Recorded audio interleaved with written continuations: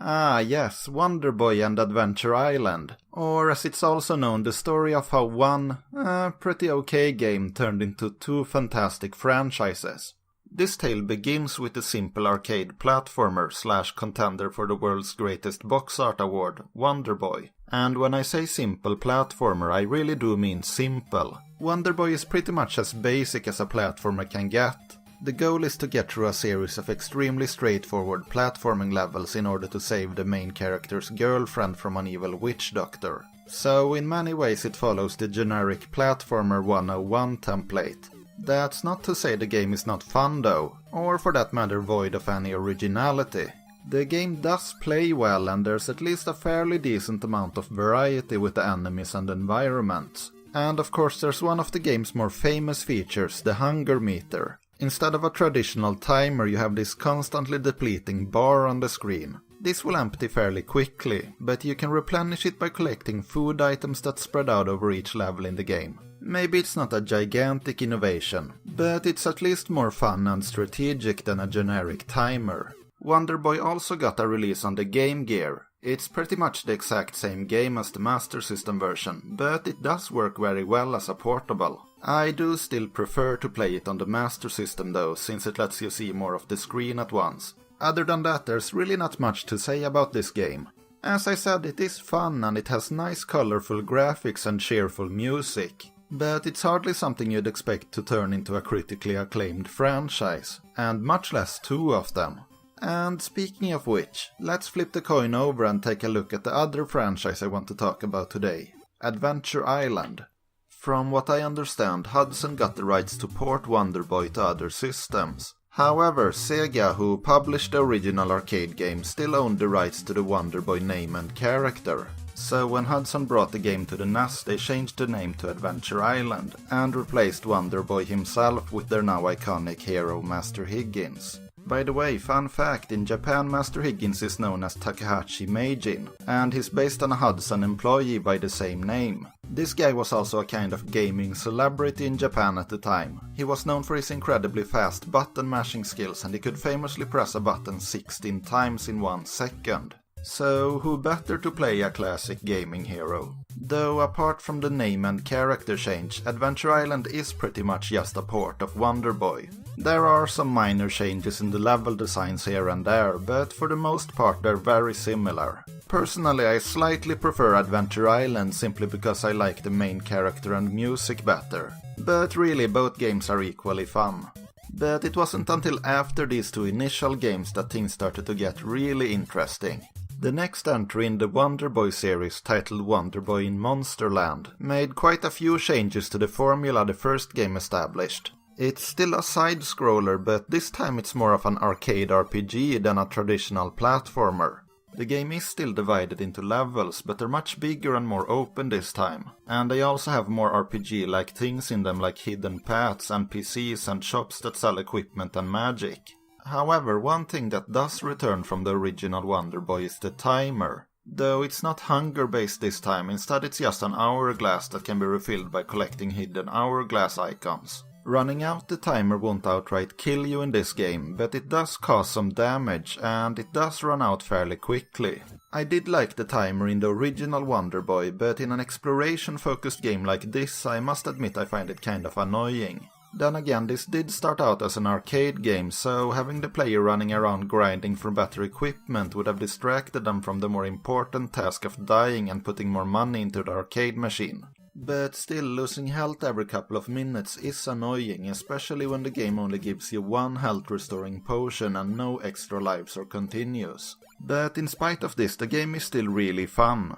The level designs are a lot better than the original game, and the RPG elements, though very basic, does add some much needed depth to the gameplay. And one good thing I will say about the game's timer is that it will greatly enhance your feeling of accomplishment when you can finally afford a piece of expensive equipment. Saving up your money over several levels in order to afford a new cool piece of armor is way more satisfying than the standard new town, new equipment deal from most RPGs. This is made even better by the fact that new equipment also visibly shows up on your character. So there's a great sense of progression as you start to look more and more badass the further you get into the game. Monsterland also looks and sounds a lot better than the original Wonder Boy, and the music will actually become even nicer if your system supports FM sound. So overall, despite some minor imperfections, Monsterland was a great new direction for the Wonder Boy franchise. Adventure Island on the other hand took its sequel in a different direction, which was the same direction as the original game, which was still a different direction from Wonder Boy's new direction. Direction. What I'm trying to say is that Adventure Island 2 stuck with the linear platforming and fruit binging standard set by the original game. But that's not to say it's just a simple rehash. Sure, it does do a lot of things very similar to the original, but it also does them a lot better. The first thing you'll notice is that the graphics have seen a major update. While it's not one of the most detailed games on the NES, the style is absolutely adorable. And likewise, while I really dug the music in the original game, there's definitely a noticeable increase in quality in the sequel soundtrack. But of course the presentation isn't the only thing that has been updated. Both the level design and controls have seen some noticeable improvements, and Hudson were also aware of the universal truth that dinosaurs will make anything better. So we also got a selection of rideable dinos in the game. Riding a dinosaur lets you take an additional hit before dying, but they also give you extra abilities such as being able to swim faster or being able to walk on lava. Adventure Island 2 also got a port for the Game Boy, though since there was no Game Boy port of the original game, this one was simply known as Adventure Island, as if this whole Wonder Boy Adventure Island thing wasn't already confusing enough. Anyway, it's pretty good as far as Game Boy ports go, but it has seen some very noticeable downgrades from the NES version, especially the music, which is very screechy in this version.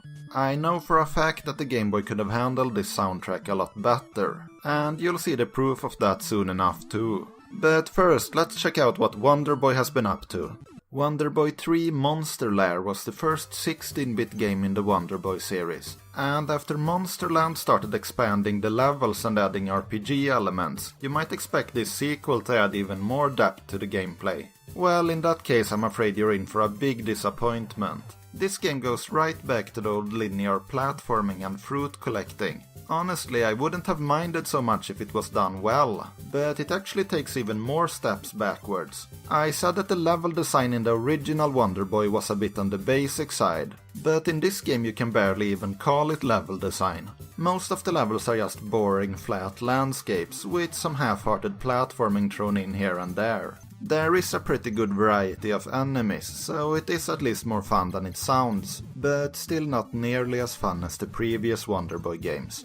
The game does try to add some variety by alternating the standard platforming levels with some horizontally scrolling shooter levels. And while yes, they do succeed in adding variety, the shooter levels are actually even more basic than the platforming levels. But on a more positive note, I definitely don't hate Monster Lair. I do consider it the worst game in the Wonder Boy franchise for sure, but it still does have some good things going for it. The presentation both graphically and sound-wise is still really excellent. And it's also the only Wonder Boy game to support simultaneous two-player multiplayer. There's also a good variety of different weapons to collect, each of them with individual strengths and weaknesses. And as previously mentioned, there's a nice assortment of different enemies to use said weapons against. We also got a port of this game to the TurboGrafx CD courtesy of Hudson, though Sega of course still owned the Wonder Boy name, so this port is simply known as Monster Lair. Sadly, I don't have an original copy of this game, but I do have the Wii Virtual Console version. It's pretty much the same game as it was on the Mega Drive, but even though I wasn't a super fan of that version, I actually slightly prefer it over this one. It's really a matter of personal preference, but I just like the controls and graphics a bit more on the Sega version. And even though the Turbo version has a CD quality soundtrack, I think I might actually prefer the music on the Mega Drive version as well. But no matter which version you choose, what you get is a reasonably fun but fairly forgettable game. Though if you're gonna buy an original copy, the Turbo version is about 10 times times more expensive, so I'd just go with the Mega Drive if I were you. And next up for Adventure Island was the year 1992, when there was not one, not two, but 3 different games released in the series. First up of this was the franchise's 16-bit debut, Super Adventure Island, for, as you've probably already guessed, the Super Nintendo. Despite the shiny new hardware, Super Adventure Island's gameplay is very close to that of its predecessors, but there has certainly been a few improvements. The old games only let you attack left and right, but in this one you can also throw your weapons up and down. You can also perform a super jump to reach higher platforms, and for the first time Master Higgins has also mastered the ancient mystical art of ducking. But the biggest improvement to the game is obviously the presentation. I personally do miss the cuteness of Adventure Island 2 a bit, but there's no denying that this game has some really gorgeous 16-bit graphics, especially the varied and colorful character sprites. And hey, they've even thrown in a bit of Mode 7 here and there. But the real showstealer in the presentation is the music. Which it should be, since the soundtrack was composed by none other than video game composer extraordinaire Yuzo Koshiro, the same man behind legendary soundtracks like Streets of Rage and ActRaiser. I should point out though that Super Adventure Island is significantly shorter than the older games in the series, though it kind of makes up for this by also being noticeably harder. Overall, Super Adventure Island did a great job in bringing the series to the next generation, but it wasn't the only 16-bit Adventure Island game released in 1992. The TurboGrafx also got a new Adventure Island game, which was titled, well, New Adventure Island. Yeah, soak up the irony of that for a bit and you'll know exactly how the name New Super Mario Bros. Will feel in 25 years. The name is quite fitting though, because that's exactly what this game feels like, a direct continuation of the original Adventure Island. It doesn't have any of the improvements seen in Super Adventure Island, or even the ones from Adventure Island 2 for that matter. Going back to basics isn't necessarily a bad thing though. Well, okay, it was for Wonder Boy, but I have to admit I really like New Adventure Island. While the gameplay is basically the same as it was in the original Adventure Island, it's at least done well enough that I can call it tried and true instead of old and trite. But what really sells this game is the incredibly charming art style. Sure, it's not as technically impressive as Super Adventure Island, but given the choice I actually prefer this art style. Did Super Adventure Island have a dance number after every boss battle? No? That's what I thought. Point proven. New Adventure Island is a really nice game, but I'm not sure I can say it's worth its current price on eBay. But it's definitely worth its price on the Virtual Console. So 16-bit gamers were well supplied with Adventure Island in 1992, but those of us who still hadn't graduated from 8-bit weren't completely left out of the loop either. NAS owners got Adventure Island 3, but to be honest I don't really have a lot to say about this one. There's absolutely nothing wrong with Adventure Island 3, in fact it might be my favorite game in the entire franchise. But it's just so incredibly similar to Adventure Island 2 that there's really not much to add. They did add a couple of new things. You now have the ability to duck, and there's also a new dinosaur buddy you can ride on. But overall it feels a bit more like an expansion pack than a full-fledged sequel. But again, considering how fun Adventure Island 2 was, more of the same was by no means a bad thing. Adventure Island 3 also got a port for the Game Boy, and since the Game Boy port of Adventure Island 2 was renamed to just Adventure Island, they also had to rename the port of Adventure Island 3 to Adventure Island 2. Things can never be simple, can they? Names aside though, this is actually a pretty big step up from the previous Game Boy game. The music really sounds a lot better this time, and the game also plays a bit better with slightly more responsive controls and less slowdown. You also get a map screen that lets you revisit previously completed levels and even take an alternate path here and there, and this feature wasn't even included in the NES version. So Adventure Island was definitely doing great on both 8 and 16-bit platforms. But now let's go back a couple of years again and see what Wonder Boy got up to after the slightly disappointing Monster Lair. Well, the obvious way forward after Wonder Boy 3 was of course, Wonder Boy 3. Yeah, there were actually 2 Wonder Boy 3s. This one was called The Dragon's Trap and was released for the Master System in 1989, 1 year after the arcade version of Monster Lair. But even though this one came out later and for inferior hardware, there is absolutely no doubt that this is the one that deserves the Wonder Boy 3 name. Dragon's Trap is the game that elevated Wonder Boy from simple fun arcade games to true timeless classics. Dragon's Trap continues right where Wonder Boy in Monsterland left off, or actually a bit earlier than that. The game starts with a simplified recreation of the final dungeon of Monsterland, but it's not until you once again beat that game's final boss, the Mecha Dragon, that this game truly begins. As the dragon dies, it casts a curse which turns Wonder Boy into a weird lizard man. So obviously the goal of the game is to help Wonder Boy return to human form, but the transformation is also a key part in what makes this entry into the series unique. While you start off as the lizard man, you'll unlock many other animal forms as you defeat the game's bosses, and they all have different abilities too. For instance, the piranha man lets you move around better underwater, the mouse man lets you walk on certain walls and ceilings, and you can even fly as a...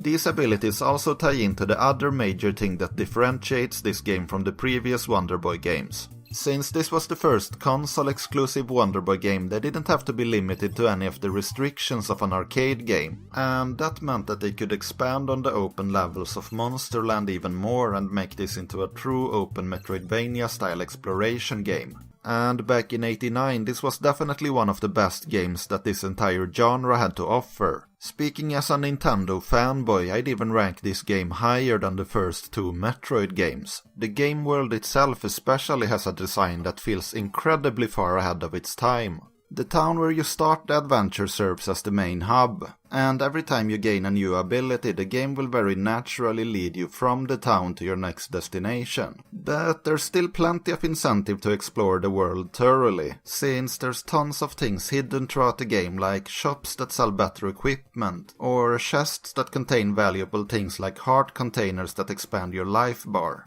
The only really negative thing I have to say about the Dragon's Trap is that you will need to do a lot of inventory management. Normally that wouldn't be too much of a problem, but the thing is, the inventory is mapped to the pause button, which on a Sega Master System is located on the console itself. So unless you plan to play with the console in your lap, be prepared to get out of your comfy chair more than a few times. Though I guess that's more of a problem with the Master System itself than with this game in particular. And to be completely fair, if you do have a second controller for your Master System, you can actually use that to access the inventory. Now, it is still a bit inconvenient, but I guess they did the best they could with what they had. And it's really hard to stay angry when the rest of the game is just so darn fun and charming. I mean, the shops in the game are run by pirate pigs, for crying out loud. You can't stay mad at a game like that. Of course, I also need to mention that the Dragon's Trap has a freaking amazing soundtrack. In my opinion, one of the best in the entire Master System library. And just like Monsterland, you can make it sound even better if your system supports FM sound. This is easily one of the best games available on the Master System, and if you have the console, this game should be an absolutely essential part of your collection. Dragon's Trap also got a port for the Game Gear. It's mostly the same game with some minor alterations to accommodate for the smaller screen. It is very nice to have the inventory button easily accessible, but I have to say I'm very disappointed in their decision to replace the pirate pigs with generic anime characters. Not much else to say about this port really, but it's a good version. Like usual with the Wonder Boy series, the TurboGrafx also got its own version of the Dragon's Trap, this time renamed as the Dragon's Curse. It's a pretty straightforward port of the Master System version, but of course with 16-bit graphics and sound. Though I have to admit that I find the presentation in the Master System version more appealing, even though it's not as technically impressive. But the game itself is still as fun as ever, and if you have a TurboGrafx CD or a Turbo Booster Plus, you can even save the game to the system's internal memory, while the other versions only supported password saves. So each version has its own individual strengths. There's also a third port of this game, but we'll get to that one a bit later. For now, let's revisit the NES one last time with Adventure Island 4. This game was only released in Japan, so what I have here is a translated repro. Like Dragon's Trap, this game also took its franchise in a more Metroidvania-style direction. The goal this time is to save your dinosaur buddies from Adventure Island 2 and 3, who have been kidnapped by a demonic eggplant, because Japan hates eggplants for some reason. But don't worry, as you progress through the game you'll save your dinosaur buddies one by one, and after you have rescued them you'll once again be able to ride them. In true Metroidvania fashion, you'll also need to collect a whole bunch of other weapons and items, and in turn these will of course unlock alternate paths to progress to new parts of the game world. Since the game is now open world, you obviously don't have a timer anymore. However, it's still important to keep collecting fruit. In this game, collecting fruit fills up a piece of a bar at the bottom of the screen, and when the bar is completely full you'll recover a piece of your health. It's also important to have at least some of this bar filled up when playing one of the many mini-games spread out over the game world. For some reason the mini-games become easier the more parts of the fruit bar you fill up. I mean, I get the logic that you become stronger when you're not hungry, but it does feel like a pretty weird game mechanic. It was also really frustrating the first time I found a minigame that seemed to be completely impossible, and then I find out all you needed to do was eat a piece of fruit. But once you know about it, it's not really a big deal, since fruit is always easy to find. So the gameplay has definitely changed quite dramatically from the previous Adventure Island games, but fans of the older games should definitely still feel at home with this one. The controls are pretty much exactly the same as they have always been, and the game still has the same wonderfully cute presentation. Hell, I'd even argue it's even cuter this time. I mean, if you're able to watch Master Higgins' girlfriend wave goodbye to him as you walk away from their house, and your heart doesn't melt, then you probably didn't have a heart to begin with. Adventure Island 4 really is a wonderful game. Maybe not quite as good as Wonder Boy the Dragon's Trap, but hey, it's not a popularity contest. You can still love both of them. Adventure Island 4 was the last game in the series to be released for the NES, or Famicom as the case may be. But there was actually another Adventure Island related game that I've skipped over until now. Back in the 80s, the franchise was actually popular enough to get its own anime spin-off. And in one of the earliest known cases of Street Fighter the movie The Game Syndrome, this anime series also got its own tie-in Famicom game. The game was known as, and I hope I can pronounce this right, Takahashi Meiji no Bogyuti Honey. From what I understand, Bogyuti Honey is the fairy that turns you invincible in the mainline Adventure Island games, and she apparently also had a major role in the cartoon series. You also play as her at the start of this game, but after the first level you're back to playing as good old Master Higgins. This might sound really interesting for fans of Adventure Island, but sadly the game is not all that great. Instead of the classic Adventure Island structure, the goal of each level in this game is to find 8 hidden eggs. Touching one of these eggs will bring you to a breakout/Arkanoid style minigame, and these are really this game's main problem. Firstly, the minigame just doesn't feel nice to play. In pretty much every game of this type since the original Pong, the angle the ball will move in is determined by where it hits the paddle. That's a good and intuitive way to control a game like this, but in this game the angle of the ball is instead controlled by which direction the paddle is moving, and that doesn't work nearly as well. But that's not the only problem. Each of these block breaker minigames also contain a letter that's part of a password, and you can't proceed to the next level in the game until you've collected all of these letters. But the worst part by far is that the game also drops letters that's not part of the password, and collecting one of these will just straight up kill you. And since the game doesn't actually tell you what the password is, the whole thing just turns into an incredibly frustrating trial and error mess. Hell, even when you do know the password, the letters fall so fast that it's incredibly easy to grab a wrong one by accident. And I should also mention that you only get 4 lives and no continues, unless you cheat, which I highly recommend that you do actually.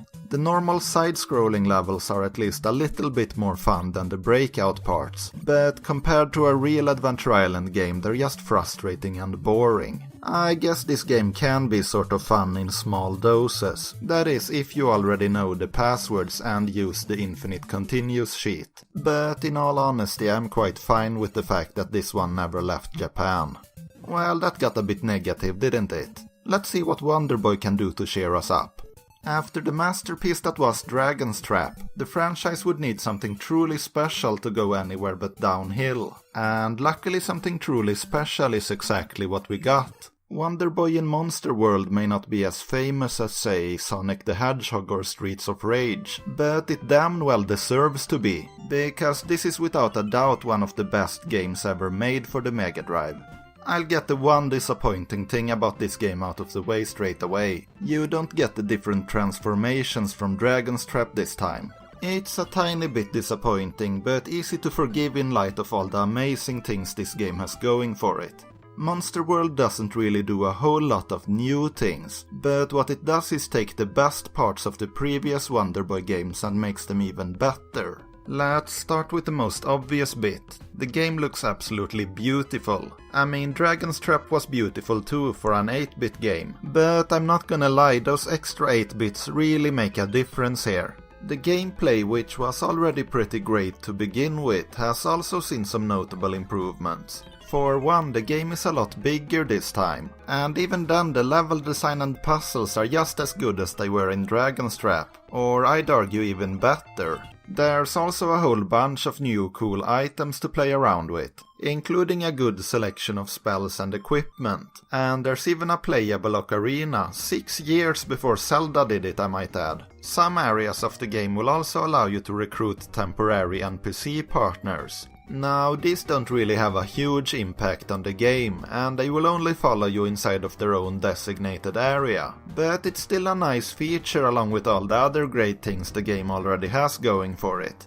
Like the last couple of Wonder Boy games, Monster World also made its way to the TurboGrafx, the TurboGrafx CD to be precise. As per usual, the Wonder Boy name has been removed from the Turbo version, and this time the game was renamed to the Dynastic Hero. Kind of an odd title if you ask me, but at least it makes sense, which is more than I can say about some Japanese games. What you're seeing here is once again the Wii Virtual Console version. I would absolutely love to show you the real thing, but damn the price of an original copy of this game. I would say it will cost you an arm and a leg, but I'm pretty sure that the black market street value for an arm and a leg is actually lower than this. Anyway, the game remains pretty much the same as it was on the Mega Drive, but there have been some changes to the presentation. This is especially evident with the main character and the bosses, who all look completely different from how they did on the Mega Drive. Now, the redesign of the bosses I don't really mind, they actually look pretty cool, but the main character,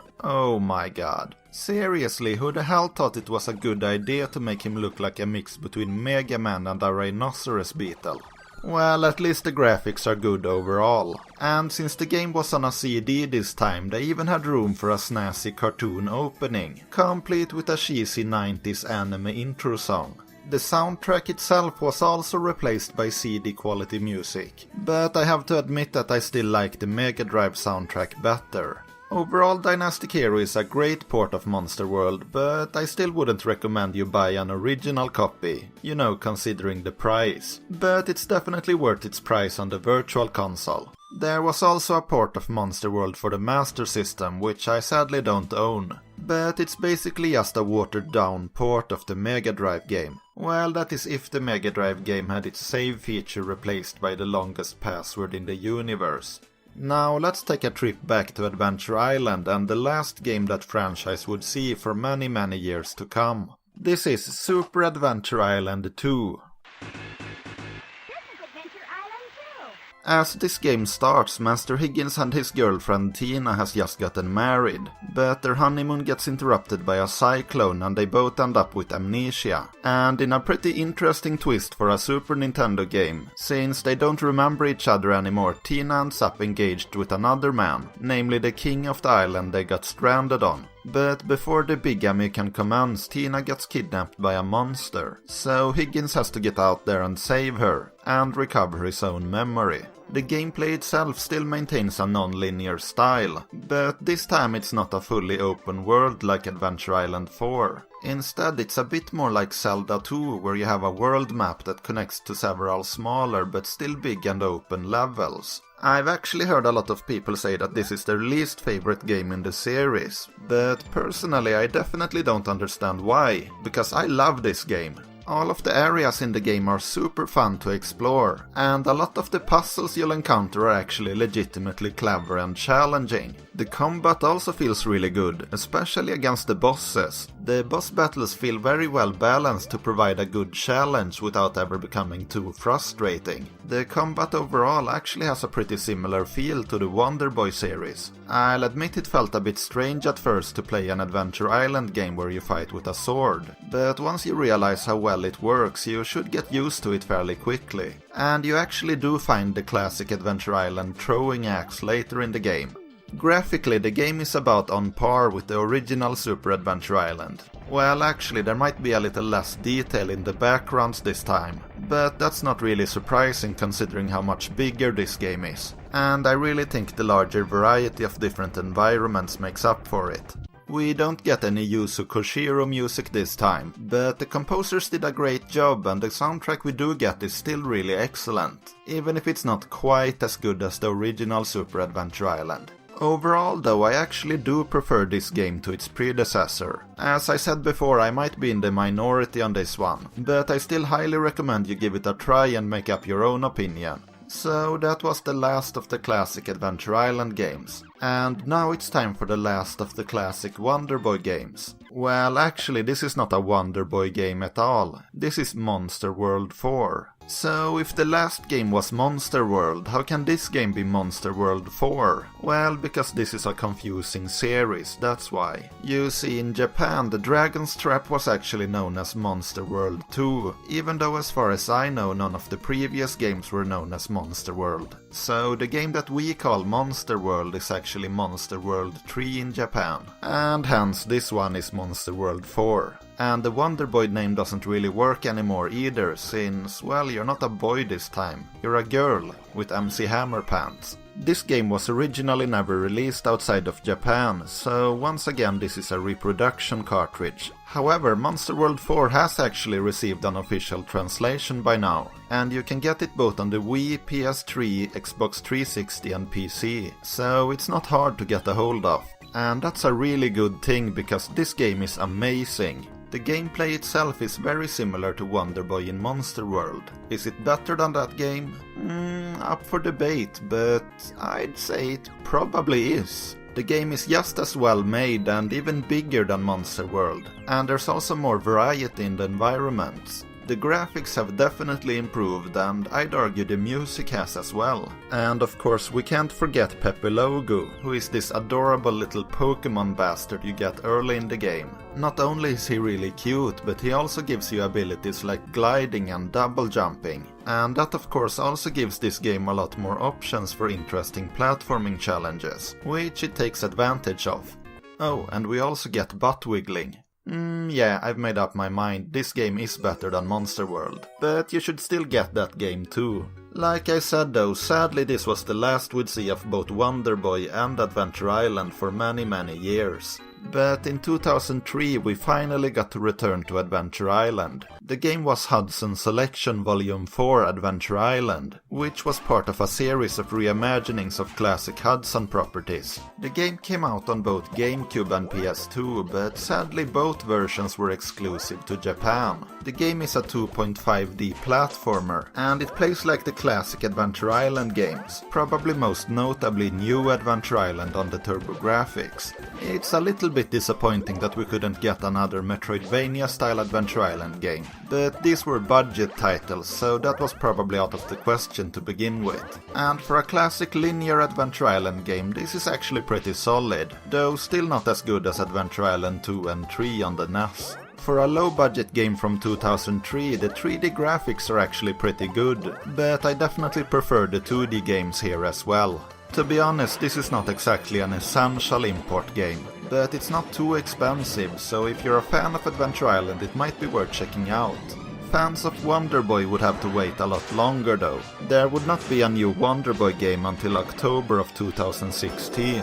That's when we got Wonder Boy Returns for PC, and a couple of months later PS4. This game is a reimagining of the original Wonder Boy, kind of like the Hudson Selection Adventure Island game I just talked about. Though this one uses modern HD 2D graphics rather than 3D graphics. The gameplay is pretty much the same as it was in the original Wonder Boy, but they have definitely improved the boss battles, since there's actually a different boss on each level instead of just a variation of the same boss. As you play, you'll also unlock the ability to play as the classic 8-bit Wonder Boy, and you can even play as Wonder Boy's girlfriend Tina this time, who I come to think of it really hope isn't the same Tina that's married to Master Higgins. Nah, Tina in Adventure Island is actually way cuter than this weirdo. But playing as Tina in this game actually changes up the gameplay quite a bit, since she uses the boomerang weapon instead of Wonder Boy's throwing axe, and she also rides a scooter instead of Wonder Boy's classic skateboard.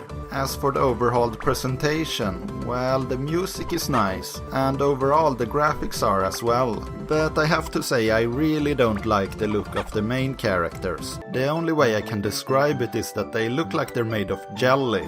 Overall, this one is a fun arcade game that's definitely worth giving a try, but it's not even close to the quality of the classic games in the series, which is also something that can be said for the next game, Adventure Island: The Beginning. Well, okay, to be fair, I think this one is actually slightly better than Wonder Boy Returns. It's yet another classic Adventure Island game with 2.5D graphics, but this one was released exclusively as a download game on the Wii. Before you say anything, yeah, this game barely looks better than a Nintendo 64 game, but WiiWare games only had 40 megabytes to work with. But the core gameplay is still solid. Again, not as good as the classic Adventure Island games, but still definitely better than you might expect. So if you're a fan of the Adventure Island series, I'd recommend you get this one as soon as possible. You know, before Nintendo decides to shut down the old Wii Shop channel for good, which I sadly can't imagine is going to be much longer. And as of right now, this is where the Adventure Island series ends. There have been a couple of mobile games in Japan, but no real console releases. Wonder Boy, however, is not yet ready to throw in the towel. Only a couple of months after Wonder Boy Returns, we got Wonder Boy the Dragon's Trap, which, as I'm sure you've figured out, is a remake of the classic Master System game. For the most part, the game itself is the same as it has always been. They have added a bit of extra post-game content, but it is still the same game you know and love.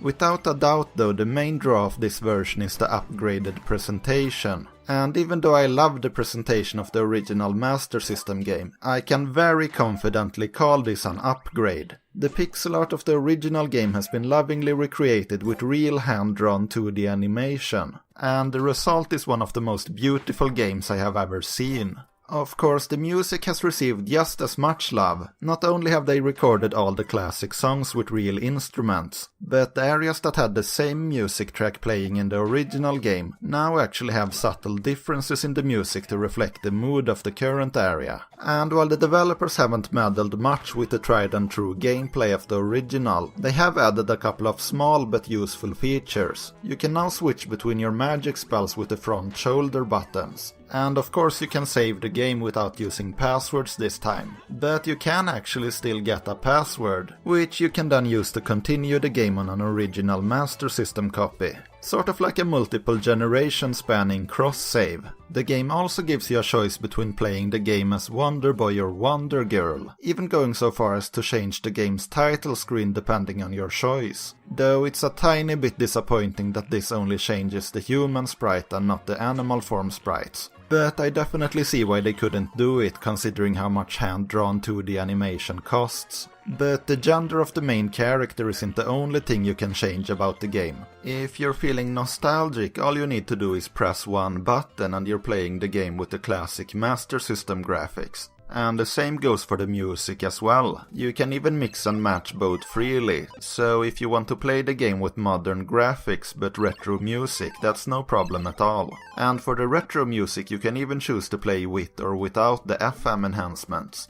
Now, I'm usually all about the nostalgia, but I can't lie here, this really is the best way to play this game. This version has everything that was great about the original game, while also fixing the few things that were wrong with it. And since it's also easily available on all the modern consoles, it's great for newcomers who want to find out what this series is all about. And as for right now, that's the end of the story of Wonder Boy and Adventure Island. Wonder Boy seems to be doing great with 2 new games in only a couple of months, and a third one called Monster Boy and the Cursed Kingdom coming out later this year. But Adventure Island is unfortunately still stuck in the claws of the evil witch Konami. But I truly believe that Master Higgins will return one day, and when he does, we'll all be there waiting for him.